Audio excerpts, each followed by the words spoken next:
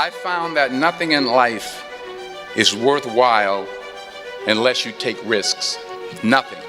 Nelson Mandela said, "There is no passion to be found playing small and settling for a life that's less than the one you're capable of living."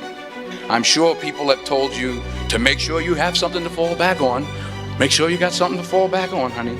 But I never understood that concept, having something to fall back on. If I'm going to fall, I don't want to fall back on anything except my faith. I want to fall forward. I figure at least this way I'll see what I'm going to hit. Fall forward. Reggie Jackson struck out 2,600 times in his career, the most in the history of baseball. But you don't hear about the strikeouts. People remember the home runs. Fall forward. Thomas Edison conducted 1,000 failed experiments because the 1,001st was the light bulb. Fall forward. Every failed experiment is one step closer to success. You've got to take risks, and I'm sure you've probably heard that before, but I want to talk to you about why that's so important. I got 3 reasons. First, you will fail at some point in your life. Accept it. You will lose. You will embarrass yourself. You will suck at something. There's no doubt about it. I'm telling you, embrace it, because it's inevitable, and I should know. In the acting business, you fail all the time. Early on in my career, I auditioned for a part in a Broadway musical. Perfect role for me, I thought, except for the fact that I can't sing. So I assumed I didn't get the job. But the next part of the audition, he called me back. The next part of the audition is the acting part of the audition.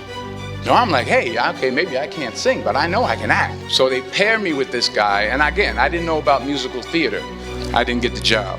But here's the thing, I didn't quit. I didn't fall back. I walked out of there to prepare for the next audition, and the next audition, and the next audition. I prayed, but I continued to fail and fail. But it didn't matter, because you know what? There's an old saying, you hang around the barbershop long enough, sooner or later you're gonna get a haircut. So you will catch a break, and I did catch a break. Last year, I did a play called Fences on Broadway. But here's the kicker, it was at the Court Theater. It was at the same theater that I failed that first audition 30 years prior. The point is, every graduate here today has the training and the talent to succeed. But do you have the guts to fail? Here's my second point about failure. If you don't fail, you're not even trying. To get something you never had, you have to do something you never did. Les Brown's a motivational speaker. He made an analogy about this. He says, imagine you're on your deathbed, and standing around your deathbed are the ghosts representing your unfulfilled potential. The ghost of the ideas you never acted on. The ghost of the talents you didn't use. And they're standing around your bed, angry, disappointed, and upset. They say, we came to you because you could have brought us to life, they say. And now we have to go to the grave together. So I ask you today, how many ghosts are going to be around your bed when your time comes? So the question is, what are you going to do with what you have? I'm not talking about how much you have. Some of you have patience. Some of you have kindness. Some of you have love. Some of you have the gift of long suffering. Whatever it is, whatever your gift is, what are you going to do with what you have? Now here's my last point about failure. Sometimes it's the best way to figure out where you're going. Your life will never be a straight path. I was 20 years old. I was at my lowest point. And then one day, and I remember the exact day, March 27th, 1975, I was helping my mother in her beauty shop, and there was this older woman who was considered one of the elders in the town, and I didn't know her personally, but I was looking in the mirror, and every time I looked at the mirror, I could see her behind me, and she was staring at me. She just kept looking at me. Every time I looked at her, she kept giving me these strange looks. She said something I'll never forget. She said, young boy, I have a prophecy, a spiritual prophecy.